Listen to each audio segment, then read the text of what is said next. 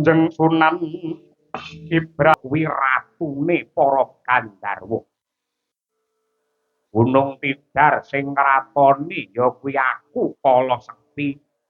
Gunung Sindara sing ngratoni Kyai Maduretna.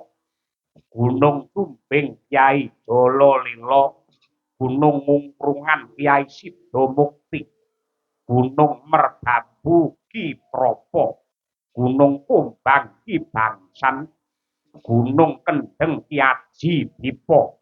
Gunung Merapi Ki Sapu Jagat, Gunung Lawu Ki Jalak, Gunung Kelut Ki Lembu Sura, Gunung Kembar dikuasani karo Bayan Widodo. Rungu kuping. Mula Kang mangkono kowe aja sembrono ning tanah Jawa. Ora kurang 20.000 keluarga saka tanah Busra nggonmu kono sing padha mati mergo arep ganggu gawe wong Jawa.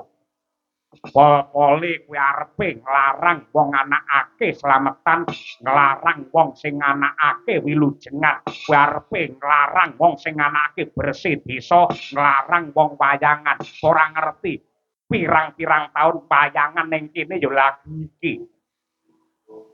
Arep kok larang pisan apa piye? Hah?